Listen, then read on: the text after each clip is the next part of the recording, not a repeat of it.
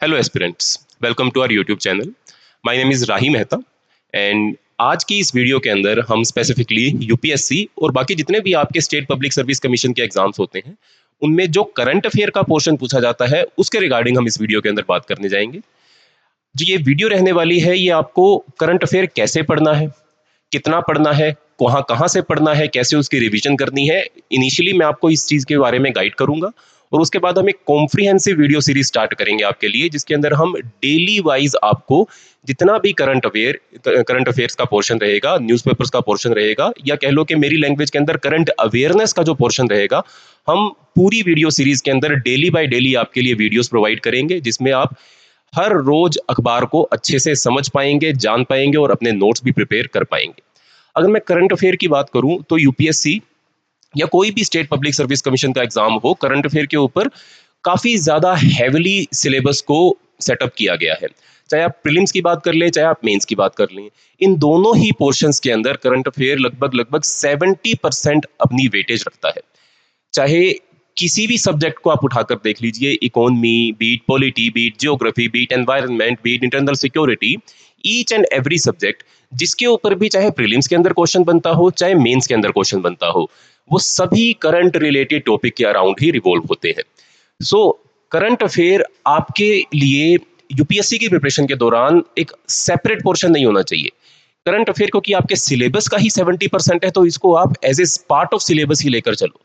आपको current affair के ऊपर पिछले 1 साल 1.5 साल के करंट अफेयर के ऊपर इतनी पकड़ बना लेनी है कि प्रीलिम्स के अंदर जो भी सवाल आपसे पूछा जाएगा, आप उस सवाल को देखकर पढ़कर सरप्राइज नहीं होने चाहिए।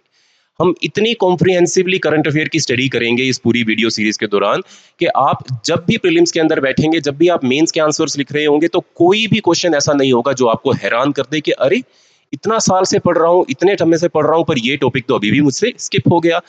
इसी चीज को मद्देनजर रखते हुए इस पूरी वीडियो सीरीज में डेली बाय डेली आपके लिए कॉम्प्रिहेंसिव न्यूज़पेपर एनालिसिस किया जाएगा, जो आपको आपकी प्रिपरेशन के लिए और ज्यादा अवेयर करेगा, आपको और ज्यादा स्ट्रेंथ देगा। और जो भी बच्चे हमारे साथ इस पूरी वीडियो सीरीज के दौरान जुड़ेंगे और जुड़े रहेंगे, उनके लिए हम बीच बीच में कुछ स्पेशल अदर प्रोग्राम्स भी लॉन्च करते रहेंगे, ताकि आपकी प्रिपरेशन में हम और ज्यादा हेल्प कर सकें।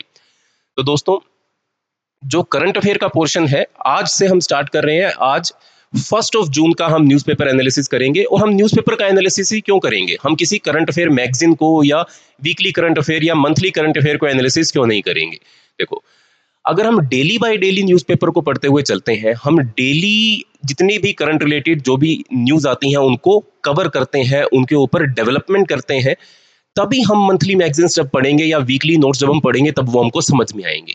अगर हम डायरेक्टली मंथली मैगजीन उठा लेंगे तो उसके अंदर ऑब्वियसली किसी भी टॉपिक के बारे में कुछ शब्द लिखे तो हुए होंगे, बट आपको एट द एंड सिर्फ एक आर्टिफिशियल तरीके से वो टॉपिक पेश कर दिया जाएगा। बट अगर आप पूरे मंथ उस टॉपिक को प्रोग्रेस होते हुए देखोगे, उसमें डेवलपमेंट आप पढ़ोगे, तब at the end of the month जब आप उसको कॉम्प्रिहेंसिवली एक जगह पढ़ोगे तो वो आपको और अच्छे से समझ में आएगा।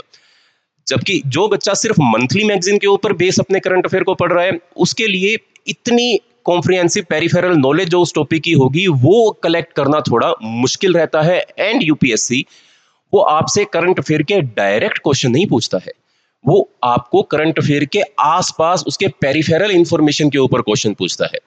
होगा वो करंट का ही, बट किसी उसी के ही टॉपिक के किसी फर्दर एस्पेक्ट के साथ जुड़ा हुआ होगा। जो आपकी मंथली मैगजीन्स होती हैं वो उन फर्दर एस्पेक्ट्स को इतनी कॉम्प्रिहेंसिवली डिस्कस नहीं कर पाती हैं। इसीलिए जो बेस है यूपीएससी प्रिपरेशन का करंट अफेयर को पढ़ने का सबसे सबसे सबसे इंपॉर्टेंट तरीका है, या सबसे एक ही तरीका है, वो है डेली न्यूज़पेपर रीड करना। और न्यूज़पेपर रीड करना थोड़ा मुश्किल होता है, थोड़ा बोरिंग लगता है जब आप स्टार्टिंग में तैयारी करना शुरू करते हो। उसी चीज को हमने टैप करने के लिए आपके लिए ये वीडियो सीरीज प्लान की है। और इसके अंदर आज हम 1 जून से बात करेंगे। मैं पहले आपको कंप्लीट बताऊंगा कि आपको जो डेली न्यूज़पेपर आया है उसके अंदर कौन कौन से पोर्शंस है, किस पेज के ऊपर क्या इंपोर्टेंट दिया हुआ है जो आपको पढ़ना है, और उसके बाद एक एक टॉपिक हम कवर करते हुए आगे बढ़ेंगे।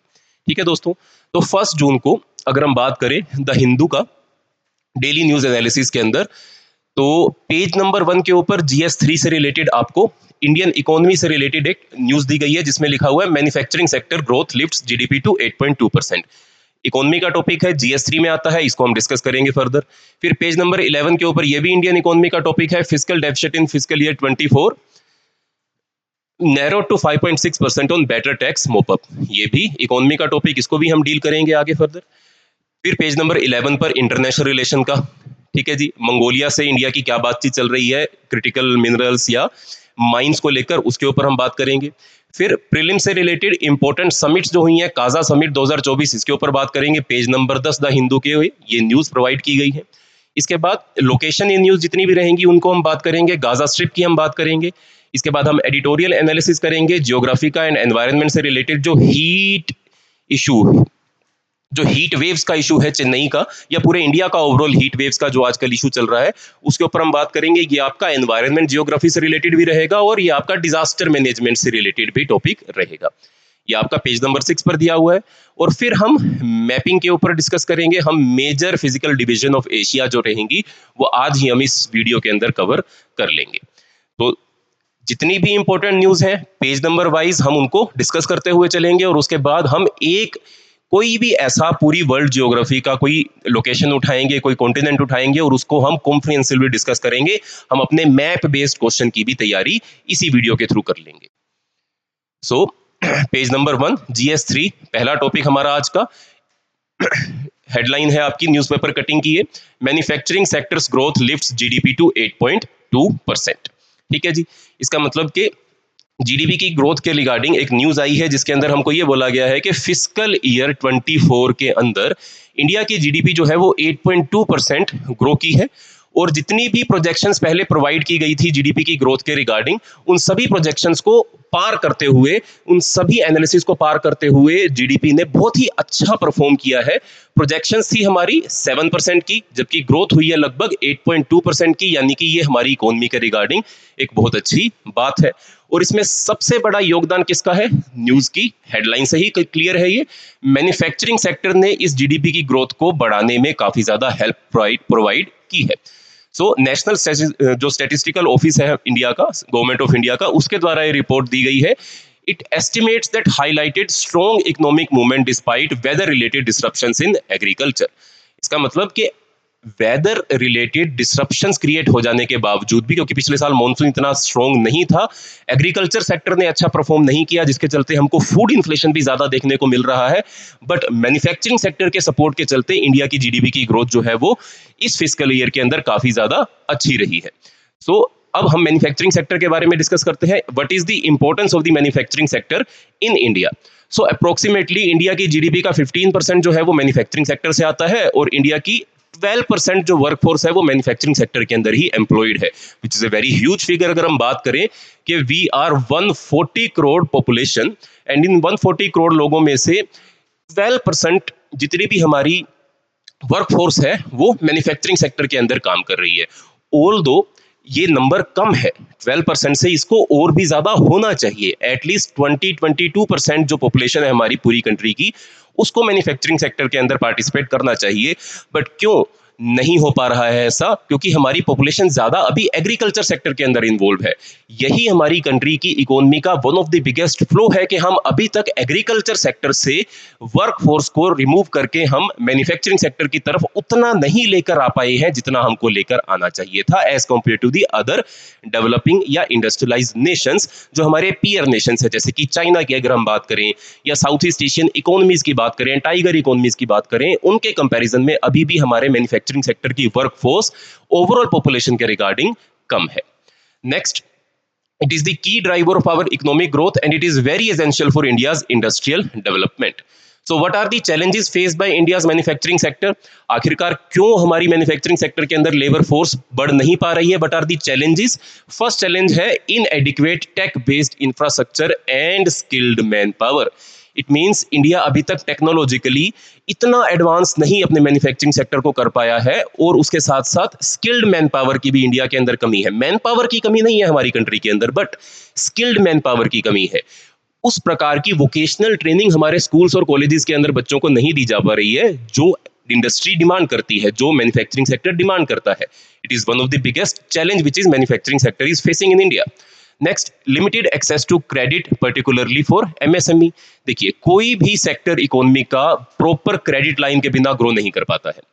हर एक बिजनेस, हर एक सेक्टर को अच्छा क्रेडिट एनवायरनमेंट चाहिए जिसके थ्रू वो अपने बिजनेस को और आगे बढ़ा सके, वो और अपना आउटपुट क्रिएट कर सके, वो अपनी प्रोडक्टिविटी को एनहांस कर सके, वो अपने प्रोजेक्ट्स को डबल कर सके। बट इंडिया के अंदर क्रेडिट अवेलेबल तो है, but it is not easy to get credit. And specially जो एमएसएमईज है हमारी, medium small and micro enterprises, they are facing the biggest challenge के वो क्रेडिट बैंक्स के या उनको क्रेडिट नहीं मिल पा रहा है, उनको वो लोन्स नहीं मिल पा रहे हैं जो वो चाहते हैं। Next, shortage of skilled labour hindering sector growth. भाई, स्किल्ड लेबर की कमी है हमारे देश के अंदर। इसके अलावा intense competition from other countries and dependence on foreign imports. ठीक है जी। अब आसपास की हमारी जो कंट्रीज हैं like south east Asian economies या चाइना, ये इंडस्ट्रियली मैन्युफैक्चरिंग सेक्टर को बहुत अच्छा ग्रो कर चुके हैं। अब ये हमको compete कर रहे हैं। इस कंपटीशन से बचने के लिए हमको अपनी कंट्री के अंदर टेक बेस्ड स्टार्टअप्स को, टेक बेस्ड मैन्युफैक्चरिंग सेक्टर को और ज्यादा इंप्रूव करना होगा। यही चैलेंजेस हैं। एंड हमारा जो मैन्युफैक्चरिंग सेक्टर है ये फॉरेन इंपोर्ट्स पर बेस्ड है। इट मींस हम कैपिटल इन्वेस्टमेंट के लिए, टेक्नोलॉजिकल इन्वेस्टमेंट के लिए फॉरेन कंट्रीज के ऊपर डिपेंडेंट है। एंड फॉरेन डायरेक्ट इन्वेस्टमेंट या फॉरेन इंस्टीट्यूशनल इन्वेस्टमेंट जो है वो फ्लक्चुएट होती रहती है, it is not constant. That is one of the biggest challenge जो मैन्युफैक्चरिंग सेक्टर के द्वारा फेस किया जा रहा है। Next, recent government initiatives for industrial sector growth. अब अगर प्रॉब्लम्स हैं, चैलेंजेस हैं, तो ऑब्वियसली गवर्नमेंट उनको दूर करने के लिए कुछ ना कुछ कदम उठा रही होगी। तो ऐसे कौन से कदम है जो सरकार ने उठाए हैं? पहली स्कीम का नाम है प्रोडक्शन लिंक्ड इंसेंटिव स्कीम। इस स्कीम के तहत सरकार ने इंडस्ट्रियल सेक्टर को ग्रो करने के लिए काफी हेल्प प्रोवाइड करी है। नाम है स्कीम का प्रोडक्शन लिंक्ड इंसेंटिव स्कीम। इसमें क्या होता है कि जैसे जैसे आप स्पेसिफिक सेक्टर्स के अंदर, स्पेसिफिक प्रोडक्ट्स के अंदर अपनी प्रोडक्शन, अपनी प्रोडक्टिविटी को बढ़ाते हो, जो सरकार सपोर्ट कर रही है, तो सरकार उसमें आपको टैक्स बेनिफिट्स प्रोवाइड करती है ताकि कंपनी और भी ज्यादा ग्रो हो सके। नेक्स्ट, पीएम गति शक्ति for multi modal connectivity infrastructure. जितना अच्छा इंफ्रास्ट्रक्चर डेवलपमेंट हमारी कंट्री के अंदर होगा, उतना ही मैन्युफैक्चरिंग सेक्टर को सपोर्ट मिल पाएगा। तो पीएम गति शक्ति स्कीम जो है, जो मल्टी मॉडल कनेक्टिविटी इंफ्रास्ट्रक्चर देश के अंदर क्रिएट करना चाहती है, it is one of the biggest supporter, biggest initiative which government of India has taken to improve our industrial sector. इसके अलावा Bharatmala project to improve connectivity in the north eastern region of the country. इसके साथ startup India, make in India, stand up India, all these schemes are started by government to help the manufacturing sector. Now, what is the way forward for Indian manufacturing sector? We need to attract more investment. We need to attract more foreign direct investment, foreign institutional investment. We need to attract more technology. We need to provide skill to our young labor. And हम ऐसा ही export oriented manufacturing sector अपनी country के अंदर create करें जिसके चलते हमारे exports भी ग्रो हो और इंडिया के लोगों को एम्प्लॉयमेंट भी मिले। और एक्सपोर्ट्स अगर ग्रो होंगे तो उतना ही डॉलर हमारी कंट्री के अंदर आएगा। तो जो हमारे डॉलर से रिलेटेड जो करेंसी एक्सचेंज है, जो फॉरेन एक्सचेंज है, वो भी स्ट्रेंथन होंगे। हमारा ओवरऑल इकोनॉमिक सिनेरियो जो है वो बहुत ज्यादा प्रोग्रेस कर पाएगा। ठीक है, सो ये था हमारा पहला topic related to manufacturing sector. इसमें हमने मैन्युफैक्चरिंग सेक्टर की कंट्रीब्यूशन हमारी इकोनॉमी के अंदर, चैलेंजेस एंड क्या क्या सरकार ने स्कीम्स मैन्युफैक्चरिंग सेक्टर को सपोर्ट करने के लिए बनाई हैं, इनको डिस्कस किया। Moving on to next topic, Indian economy. ये भी GS3 का टॉपिक रहेगा, पेज नंबर 11 द हिंदू के 1 जून के अखबार के अंदर ये टॉपिक दिया हुआ था with the headline Fiscal deficit in fiscal year 24 narrowed to 5.6% on better tax mop-up. Okay, so fiscal deficit के ऊपर बात हो रही है। तो इंडियन गवर्नमेंट का जो फिस्कल डेफिसिट था 2023 से 2024 के फाइनेंशियल ईयर का, वो 5.6% हो गया, जो कि इससे पहले 5.8% था, या फिर हमारा एस्टिमेट था कि फिस्कल डेफिसिट जो है वो फिस्कल ईयर 23-24 में 5.8% रहने वाला है। बट एस्टिमेट को गलत साबित करते हुए, ज्यादा अच्छे टैक्स कलेक्शन के चलते और सरकार के एक्सपेंडिचर में कमी आने के चलते हमारा फिस्कल डेफिसिट जो है वो 5.8% की जगह इकोनॉमी के जीडीपी के हमारी ओनली 5.6% ही फिस्कल ईयर 23-24 के अंदर दर्ज किया गया। It is a very good news. Why it is a good news? क्योंकि जितना ज्यादा किसी कंट्री का फिस्कल डेफिसिट होता है, इसका मतलब उस कंट्री के मेजर इकोनॉमिक इंडिकेटर्स उतने ही ज्यादा वीक है। जितने मेजर इकोनॉमिक इंडिकेटर्स वीक होंगे, उतना ही कम वो कंट्री फॉरेन डायरेक्ट इन्वेस्टमेंट के लिए, फॉरेन इन्वेस्टमेंट के लिए अट्रैक्टिव होगी। जितने हमारे मेजर इकोनॉमिक इंडिकेटर वीक होंगे, उतना ही हमको महंगा क्रेडिट मिलेगा। अगर हम महंगा लोन, महंगा क्रेडिट लेंगे तो हम ज़्यादा अपना अमाउंट जब पे करेंगे, उस लोन को हम पे करेंगे तो हम मूल कम, प्रिंसिपल कम, बट इंटरेस्ट बड़ा पे करेंगे, जिसके चलते उस क्रेडिट को वापस रीपे करने में हमको बहुत लंबा समय लगेगा। सो इसके लिए फिस्कल डेफिसिट का एक लिमिट में होना बहुत ज़्यादा जरूरी है। जिन बच्चों को ये नहीं पता फिस्कल डेफिसिट क्या होता है, एक बार हम उसकी डेफिनेशन भी देख लेते हैं। Fiscal deficit means it is calculated as total expenditure minus total revenue excluding borrowing। इसका मतलब कि जितना सरकार ने पैसा इकट्ठा किया एक साल के अंदर और जितना खर्चा किया एक्सक्लूडिंग बोरोइंग, कि जितना हमने अपने घाटे को पूरा करने के लिए जो लोन वगैरह रेज किया, जो क्रेडिट रेज किया, उसको एक्सक्लूड कर दो। जितना रेवेन्यू, जितना एक्सपेंडिचर, इनको माइनस कर दिया तो आ जाएगा आपका fiscal deficit. It is calculated as total expenditure minus total revenue including excluding borrowing। It is important fiscal deficit is an important economic indicator, and it must be under control. It must be under a very specific limit so that our country's economy can perform very strongly, very good. So what is the impact of higher fiscal deficit? First impact is increased borrowing। अगर सरकार इतना पैसा इकट्ठा नहीं कर पा रही है जितना उसका हर साल खर्चा है, इसका मतलब उसको अपने घाटे को पूरा करने के लिए उधार लेना पड़ेगा। जितना ज्यादा फिस्कल डेफिसिट होगा उतना ही ज्यादा घाटा होगा, जितना घाटा होगा उतना ही ज्यादा उधार लेना पड़ेगा। तो इससे सरकार की बोरोइंग बढ़ जाएगी, इससे फ्यूचर में डेट रीपेमेंट बढ़ जाएगी, इससे सरकार को फ्यूचर में जब इस लोन को वापस करना होगा तो ज्यादा खर्चा उसको अपने इंटरेस्ट को पे बैक करने में होगा। वो पैसा सरकार सोशियो इकोनॉमिक डेवलपमेंट के ऊपर, सोशियो इकोनॉमिक इंफ्रास्ट्रक्चर के ऊपर खर्च कर सकती थी, उससे वो स्कूल, कॉलेज, सड़कें बना सकती थी। बट अब सरकार को अपना घाटा पूरा करने के लिए उधार लेना पड़ रहा है, क्रेडिट लेना पड़ रहा है, और उस क्रेडिट को पूरा करने के लिए, वापस पे करने के लिए सरकार को अपने खर्चों में कटौती करनी पड़ रही है। It is not a very good news. But क्या ये जीरो हो जाना चाहिए? क्या फिस्कल डेफिसिट जीरो हो जाना चाहिए कि सरकार उतना ही पैसा इकट्ठा करे और उतना ही पैसा खर्चे, डेफिसिट क्रिएट ही ना हो? जी नहीं, ऐसा भी नहीं हो सकता है, because we are a developing country. हमारे खर्चे ज्यादा है और हमारी कमाई कम है। आप किसी आम मिडिल क्लास परिवार की ही बात कर लीजिए, परिवार के खर्चे बहुत ज्यादा है, ये देश भी एक परिवार की तरह है, बट आमदनी के सोर्स जो है वो लिमिटेड है।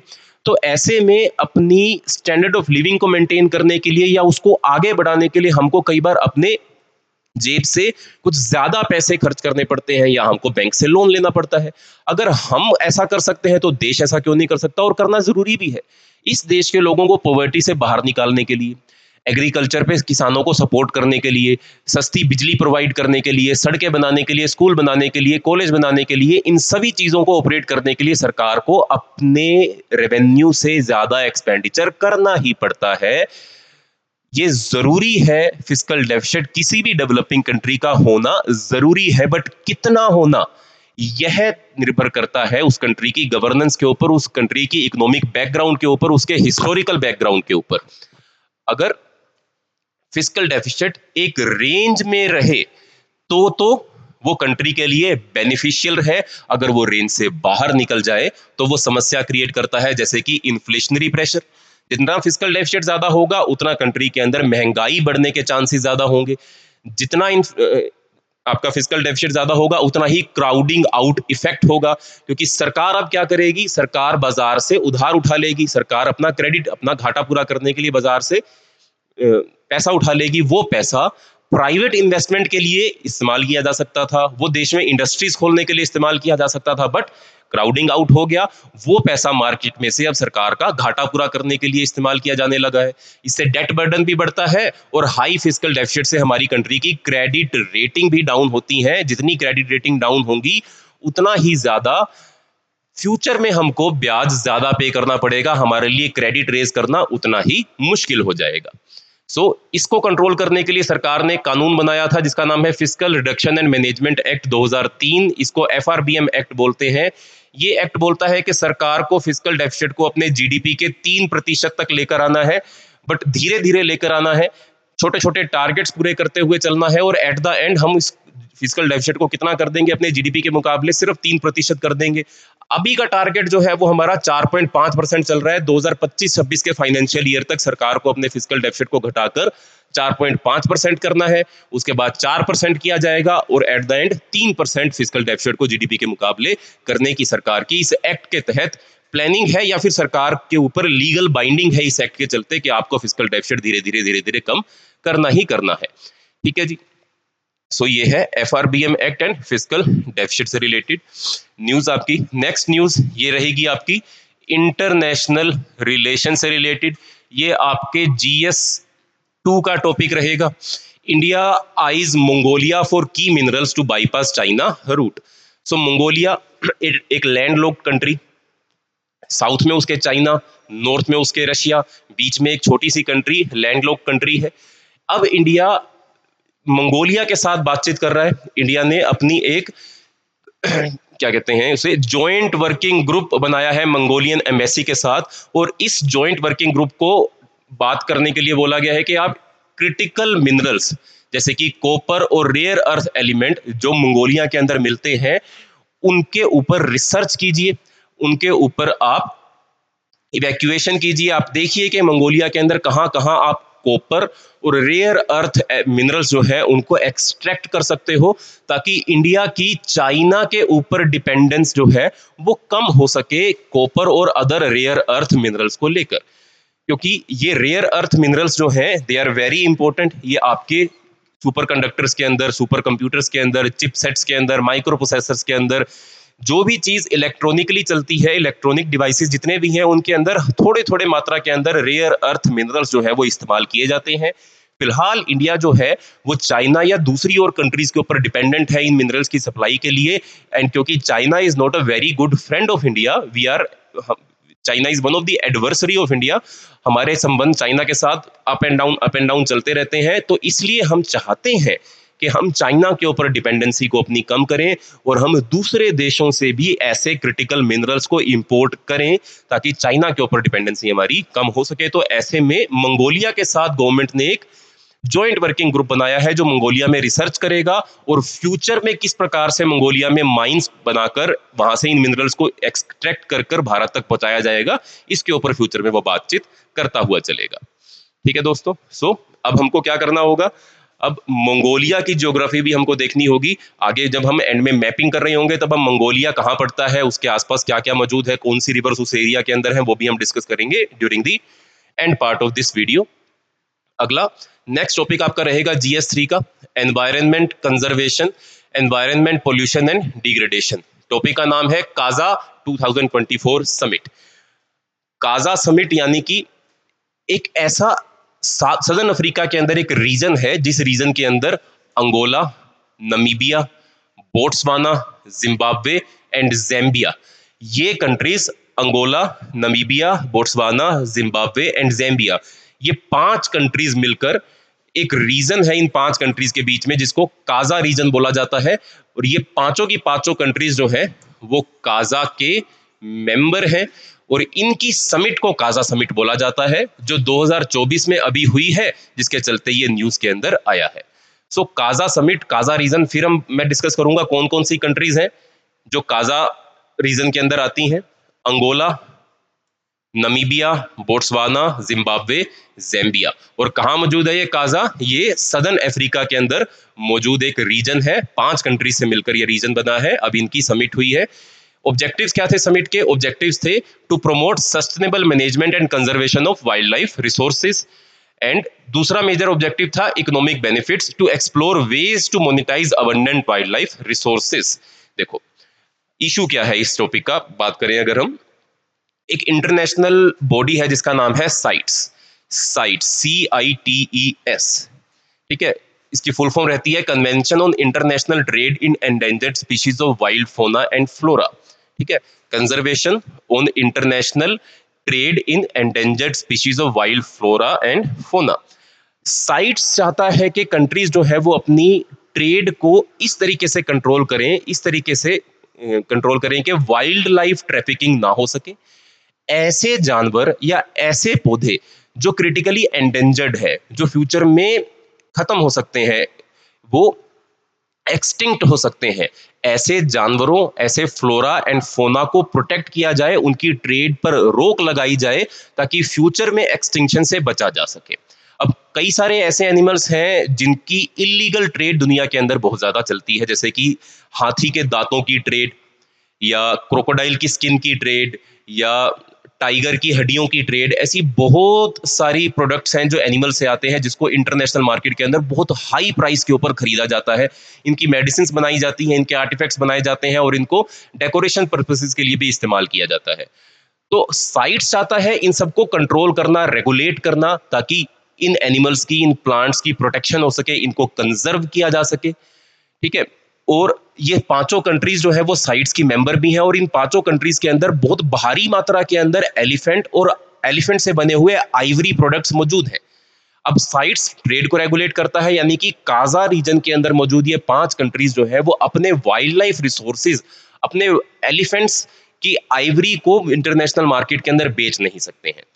इसलिए ये समिट बुलाई गई। इस समिट का मेन ऑब्जेक्टिव यही था कि ये पांचों कंट्रीज कह रही हैं साइट से कि या तो अपने रेगुलेशंस के अंदर, अपने ऑब्जेक्टिव्स के अंदर, अपनी पूरी कॉन्स्टिट्यूशन के अंदर आपको चेंज कीजिए, ताकि ये 5 कंट्रीज जो है ये अपने आइवरी प्रोडक्ट्स जो है वो इंटरनेशनली बेच सकें, इनके ऊपर उस चीज को लेकर रोकथाम, बैन ना लगाया जाए।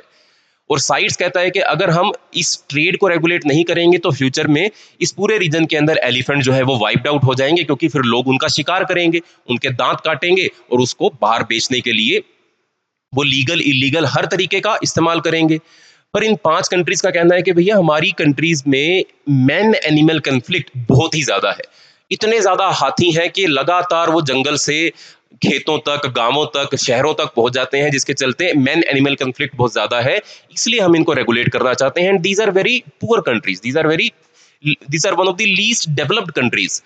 इनके पास और कोई ऑप्शन नहीं है अपनी इकोनॉमी को सपोर्ट करने के लिए, एक्सपोर्ट्स को बढ़ाने के लिए और डॉलर्स इकट्ठा करने के लिए।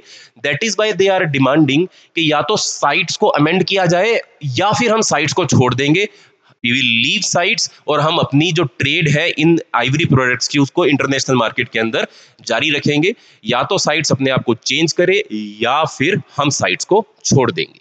ठीक है। तो डोमिनेंट इशू क्या था? At the 19th meeting of the sites conference in Panama, 2022 में जो 19th कॉन्फ्रेंस हुई थी पनामा में साइट्स की, वहां पर इन काजा स्टेट्स ने ये थ्रेटन किया था that either you allow trade in ivory products और we will leave the sites. Okay, so यही मेजर था ये पूरा इशू। कंट्रीज कौन सी हैं? Angola, Zambia, Zimbabwe, Botswana, Namibia. This was the major issue. And CITES का 1973 के अंदर ये बनी थी। इंटरनेशनल ऑर्गेनाइजेशन है, ट्रेड को कंट्रोल करती है, फ्लोरा एंड फोना की।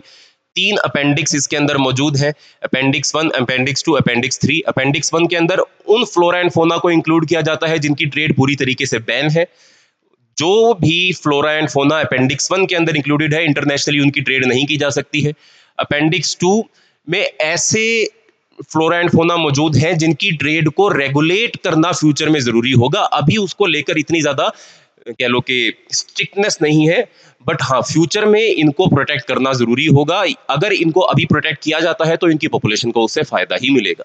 और अपेंडिक्स 3 के अंदर वो फ्लोरा एंड फोना है जो किसी ना किसी एक रीजन में या किसी ना किसी एक कंट्री के अंदर प्रोटेक्टेड स्टेटस हासिल कर चुकी हैं, इसलिए फ्यूचर में उनको अपेंडिक्स 2 या अपेंडिक्स 3 में डाला जा सकता है। इनकी ट्रेड को रेगुलेट करने के लिए भी साइट्स जो है वो कदम उठाता रहता है, इनिशिएटिव लेता रहता है, जो अपेंडिक्स 3 में मौजूद है। अपेंडिक्स 1 वाली तो बिल्कुल पूरी तरीके से बैन है, 2 वाली और 3 वाली रेगुलेटेड है। Next, location in news, Gaza strip बहुत ज्यादा करंट में चल रहा है ये पूरा इशू। इजराइल का इशू, इजराइल में मौजूद है आपकी गाजा पट्टी, गाजा स्ट्रिप। ठीक है, मेडिटेरेनियन सी से लगती है, इसके नॉर्थ में इजराइल है, इसके ईस्ट में इजराइल है, और साउथ में जो गाजा है उसकी बाउंड्री लगती है इजिप्ट के साथ, और वेस्ट में बाउंड्री लगती है मेडिटेरेनियन सी के साथ। ठीक है, और नॉर्थ में बाउंड्री इजराइल के साथ, ईस्ट में बाउंड्री इजराइल के साथ। ये है गाजा स्ट्रिप। इशू क्या है अब? गाजा स्ट्रिप जो है देखो 1948 जब इजराइल नाम का एक कंट्री बना था, इजराइल के बनने के लगभग 20 सालों के बाद तक भी जो गाजा स्ट्रिप थी, जो उसका सदर्न नेबर है इजिप्ट, उसके कंट्रोल में थी ये पूरी की पूरी लोकेशन लगभग 20 सालों तक। उसके बाद जब 6 डे वॉर या अरब वॉर जब होती है, 20 सालों के बाद इजराइल और इजराइल के आसपास की जो अरब कंट्रीज हैं वो इजराइल के ऊपर अटैक कर देती है। इजराइल उस वॉर के अंदर जीतता है। जीतने के बाद इजराइल जो है वो गाजा स्ट्रिप और वेस्ट बैंक इन दोनों को ही अपने कंट्रोल में ले लेता है। तो गाजा स्ट्रिप आजादी के बाद से या इजराइल बनने के बाद से ही डायरेक्ट इजराइल के कंट्रोल में नहीं थी। जब अरब वॉर हुई 20 सालों के बाद 1960s में, तब कहीं जाकर गाजा स्ट्रिप जो है वो इजराइल अपने कंट्रोल में लेता है। अब ये गाजा स्ट्रिप है क्या? यहाँ पर रहते हैं पैलेस्टीनियन लोग वेस्ट बैंक के अंदर एंड गाजा स्ट्रिप के अंदर, जो इजराइल के अंदर ही मौजूद है। यहाँ रहते हैं पैलेस्टीनियन लोग। एक बहुत ही छोटी सी नैरो सी स्ट्रिप ऑफ लैंड है, कोई 40 किलोमीटर इसकी लंबाई है, 10 किलोमीटर इसकी चौड़ाई है। बहुत ही नैरो स्ट्रिप ऑफ लैंड है जहां पर लगभग 20 लाख लोग रहते हैं। It is one of the highly densely populated region in entire world. और लगातार यहां पर स्कर्मिशेस चल रही हैं। पिछले साल अक्टूबर के अंदर इशू शुरू हुआ था जब गाजा में मौजूद एक टेररिस्ट ऑर्गेनाइजेशन जिसका नाम है हमस, जब हमस ने इजराइल के ऊपर मिसाइल्स जो थी वो लॉन्च कर दी थी, उसके बाद से लेकर अब तक इजराइल और हमस के बीच में, इजराइल और गाजा के बीच में जो समस्या है वो चल रही है, जो वॉर है जो चल रही है, अभी तक इसका कोई सोल्यूशन नहीं निकल पाया है। इस पूरी वॉर में लगभग 36,000 लोग पैलेस्टीनियन जो है वो मारे जा चुके हैं और लगभग 1500 इजरायली जो है वो भी मारे जा चुके हैं, which is a very huge number. It is a humanitarian crisis. ऐसा नहीं होना चाहिए। यूनाइटेड नेशन के होते हुए इतनी लार्ज स्केल के ऊपर इतने लोगों का मर जाना इजराइल के अंदर, it raise concern for our future. अगर हम अपने पास से अभी भी नहीं सीखे, हमने वर्ल्ड वॉर 1 वर्ल्ड वॉर 2 में इतना ह्यूज ह्यूमैनिटेरियन मैसेकर देखा, अभी भी वो चल रहा है। दैट इज वाई ये एक one of the major issue बन जाता है, चाहे वो इंटरनेशनल रिलेशंस की बात करें, मिडल ईस्ट के जियोपॉलिटिक्स की बात करें, इंडिया के अपने कंसर्न की बात करें। खैर इस टॉपिक के अंदर अभी इतना ज्यादा जियोपॉलिटिकली इसको डिस्कस नहीं किया गया था, तो हम इसको फ्यूचर पर छोड़ते हैं। दोबारा इसके ऊपर जब कोई न्यूज आएगी, कोई एडिटोरियल आएगा, हाल फिलहाल में आ ही जाएगा, तब हम इसके ऊपर दोबारा बात करेंगे और डिटेल में बात करेंगे कि इजराइल का इशू शुरू ही कैसे हुआ, क्या चल रहा है, कैसे इसको रिजोल्व किया जाए एंड इंडिया का स्टैंड इस इशू को लेकर क्या है। ठीक है, नेक्स्ट नेक्स्ट आपका GS3 का टॉपिक एंड GS1 दोनों का टॉपिक रहेगा, geography and environment, climate change, effects of climate change. ठीक है जी। सो आपको प्रीवियस ईयर क्वेश्चन भी इसके अंदर दिया गया है, bring out the cause for the formation of heat island in the urban habitat of the world. और एक प्रैक्टिस क्वेश्चन भी आपको मेंस का लिखने के लिए इस PDF के अंदर मिल जाएगा। PDF आपको हमारे YouTube चैनल के डिस्क्रिप्शन में दिए हुए टेलीग्राम के लिंक पर अवेलेबल हो जाएगी। आप उसको जरूर डाउनलोड कीजिएगा और उसको अच्छे से जरूर पढ़िएगा। तो जी इशू क्या है? ये इशू है आपका heat baked Chennai can set an example for India. So गर्मियां बहुत पड़ रही हैं, हीट वेव्स बहुत चल रही हैं, और ऐसे में चेन्नई का जो हीट वेव जो है वो बहुत ही ज्यादा चर्चा के अंदर आज की डेट में बना हुआ है, क्योंकि Chennai being a coastal city, गर्मी तो है ही है, ट्रॉपिकल एरिया के अंदर चेन्नई पड़ता है, कोस्ट भी वहां पर लगती है। हम ये सुनते आए हैं हमेशा ज्योग्राफी के स्टूडेंट रहते हुए कि कोस्टल एरियाज या sea always has a moderating effect on temperature, कि ना तो ज्यादा गर्मी होने देता है समुंदर, ना ही ज्यादा ठंड होने देता है समुंदर। बट ट्रॉपिकल एरियाज में जब खूब गर्मी पड़ती है, तब समुंदर के नजदीक जो इलाके होते हैं वहां पर ह्यूमिडिटी भी इंक्रीज कर जाती है। अब high humidity and high heat ये बहुत ही बड़ी समस्या हो चुकी है आज की डेट में, और चेन्नई इन दोनों ही समस्याओं को फेस कर रहा है। और चेन्नई का टेम्परेचर और ह्यूमिडिटी इतनी ज्यादा हो गई है कि वो आज की डेट में इंसान वहां पर कैसे रह रहे हैं, बहुत समस्या में रह रहे हैं। It is not survivable. अगर हम वर्ल्ड हेल्थ ऑर्गेनाइजेशन की रिकमेंडेशंस की बात करें, तो चेन्नई का टेम्परेचर और चेन्नई का humidity level survivability, human survival से वो बहुत ज्यादा आगे बढ़ चुका है। इंसानों का फ्यूचर में इस सिटी के अंदर रहना इतना ज्यादा आसान नहीं होने वाला है। तो आइए एक बार कंटेक्स्ट देखते हैं। This article discusses the exacerbation of heat waves in urban areas, particularly Chennai, due to urban heat island effect. So, urban heat island effect से क्या होता है और हर अर्बन हीट आइलैंड होता क्या है? देखो, जब सूरज से रोशनी आ रही है, जब हीट सूरज से आ रही है, तब वो हीट जो है अर्थ उसको एब्जॉर्ब करती है। ठीक है, उस शॉर्ट वेव रेडिएशन को जो सन से आ रही है अर्थ तक, अर्थ उसको एब्जॉर्ब करता है और फिर उसको earth transmit it back. In the form of long wave radiation. ठीक है जी, ये लॉन्ग वेव रेडिएशन जो है यही रिस्पॉन्सिबल है अर्थ की वार्मिंग के लिए, क्योंकि these long wave radiations are absorbed by green house gases which are present in our atmosphere and it results in the heating of our earth. जितनी ग्रीन हाउस गैसेज बढ़ती जा रही हैं या जितनी इस आउटगोइंग टेरेस्ट्रियल रेडिएशन की absorption बढ़ती जा रही है उतनी गर्मी बढ़ती जा रही है। ठीक है, या तो अर्थ क्या करेगी, हीट जो उसके ऊपर आएगी उसको एब्जॉर्ब कर लेगी और वापस फेंक देगी। जितनी ज्यादा एब्जॉर्ब हम करेंगे उतनी गर्मी बढ़ती जाएगी। तो अर्बन हीट आइलैंड कैसे बनता है, देखो जो व्हाइट कलर की चीजें होती हैं वो हीट को एब्जॉर्ब कम और रिफ्लेक्ट ज्यादा करती हैं। समुंदर भी हीट को एब्जॉर्ब कम और रिफ्लेक्ट ज्यादा करता है। अर्थ की ये प्रॉपर्टी कि सन से आने वाली हीट को वापस एटमॉस्फेयर के अंदर रिफ्लेक्ट कर देना, इसको हम एल्बिडो बोलते हैं। अर्बन एरियाज के अंदर एल्बिडो इफेक्ट बहुत कम हो जाता है, क्योंकि हमने यहाँ पर कंक्रीट से बने हुए बड़े बड़े स्ट्रक्चर बना दिए, हमने हाई राइज बिल्डिंग बना दी, हमने ग्रीनरी को कट कर दिया, जंगल हमने काट दिए, पेड़ पौधे हमने काट दिए, सिर्फ कंक्रीट कंक्रीट कंक्रीट हर जगह बना दिया। और कंक्रीट होता है डार्क कलर का, इट इज नॉट वाइट। तो जितनी भी हीट सन से आ रही है स्पेशली इन समर्स, सिटीज में, अर्बन एरियाज उसको रिफ्लेक्ट नहीं कर पा रहे हैं, वो उसको एब्जॉर्ब ज्यादा करते हैं, जिससे गर्मी बढ़ जाती है। जब गर्मी बढ़ जाती है तो अर्बन एरिया के पेरिफेरल में जितने भी विलेजेस है उसके कंपैरिजन में अर्बन एरिया में टेम्परेचर 4 से 5 डिग्री सेल्सियस ज्यादा हो जाता है। This is known as urban heat island. क्योंकि अर्बन हीट आइलैंड में एक तो बिल्डिंग्स के होने के चलते, कंजेशन के होने के चलते, व्हीकुलर पोल्यूशन के होने के चलते, इंडस्ट्रीज, थर्मल पावर प्लांट के होने के चलते ग्रीन हाउस गैसेज बहुत ज्यादा है। और ये इतना ज्यादा कंजस्टेड इलाका जो है वो नेचुरल विंड पैटर्न को भी डिस्टर्ब करता है। तो वेंटिलेशन की शहरों के अंदर कमी हो जाती है, पेड़ पौधे हैं नहीं, गर्मी बहुत ज्यादा है।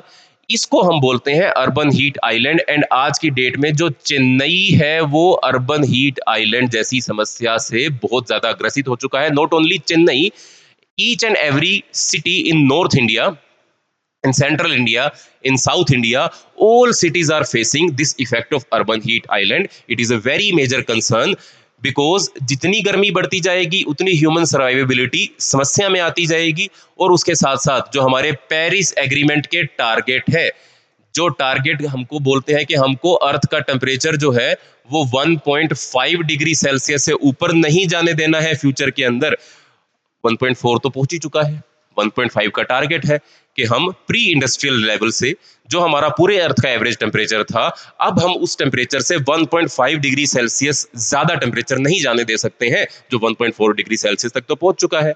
यानी कि हम बिल्कुल ब्रिंक पर हैं कैटास्ट्रोफिक इवेंट के। जैसे ही ये एवरेज टेम्परेचर 1.4 से बढ़ता हुआ 1.5 की हमारी पेरिस एग्रीमेंट की लिमिट को क्रॉस कर देगा, एक से एक इसके साथ जुड़ता हुआ जो कैटास्ट्रोफिक इवेंट है वो शुरू हो जाएगा, चेन रिएक्शन शुरू हो जाएगी।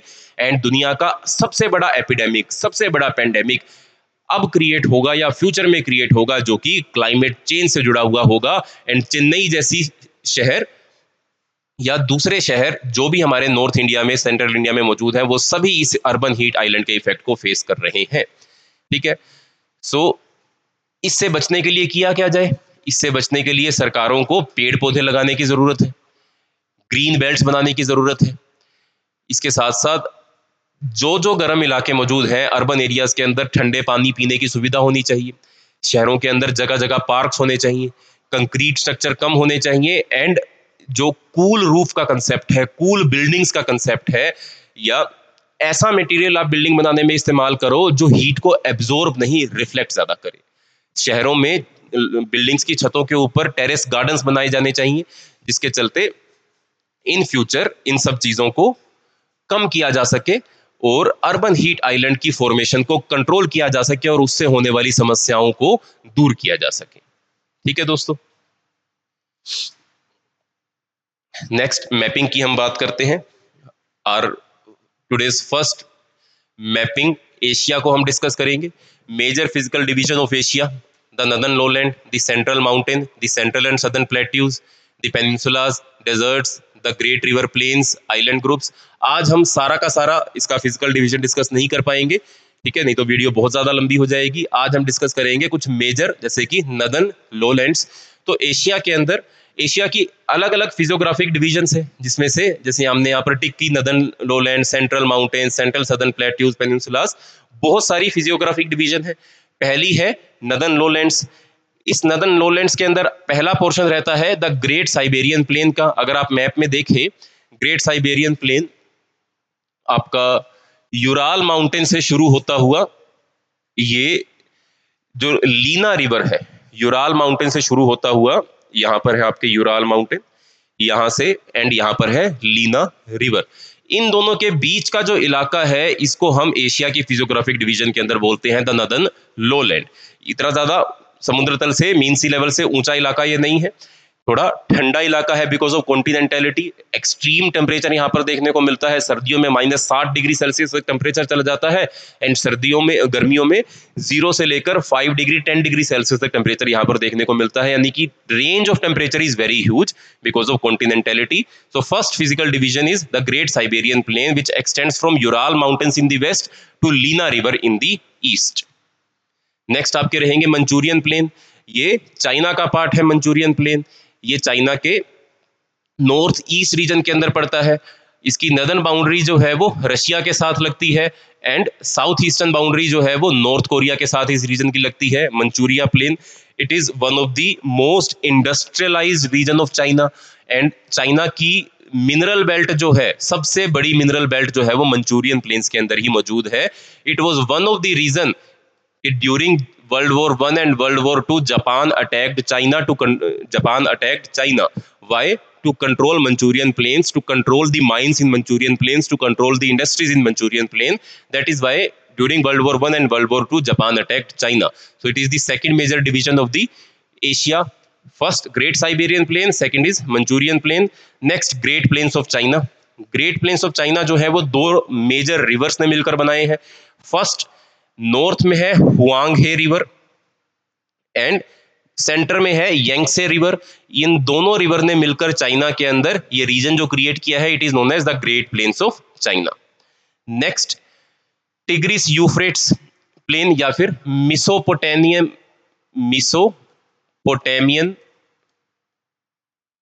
प्लेन्स, ये इराक में मौजूद है।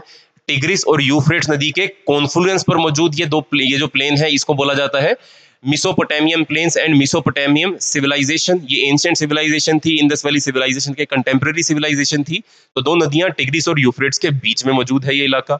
Next is Ganga plain, India के अंदर है। गंगा और गंगा की ट्रिब्यूटरीज ने मिलकर जो प्लेन क्रिएट किया है, it is known as Ganga plain, which is divided into upper Ganga plain, middle Ganga plain and lower Ganga plain. 3 division है गंगा प्लेन्स की, पढ़ेंगे हम ये फ्यूचर में जब हम जियोग्राफी डिस्कस करेंगे प्रॉपर डिटेल में।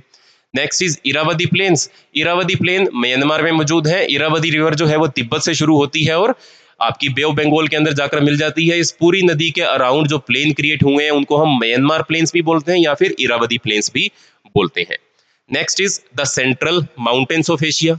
सो एशिया के जो माउंटेन्स हैं, मेजर माउंटेन्स जो है वो शुरू होते हैं पामीर से, पामीर नोट।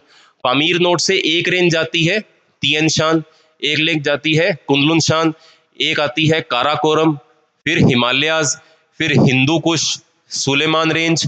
ये सभी की सभी इंपॉर्टेंट रेंजेस जो एशिया में मौजूद हैं, ये सभी पामीर नोट से निकलती हैं, पामीर प्लेट्यू से निकलती हैं, which is also known as roof of the world.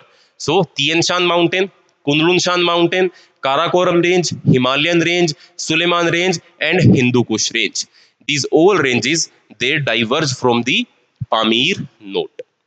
So that was all. We have discussed current affairs of 1st June 2024 in a very comprehensive manner.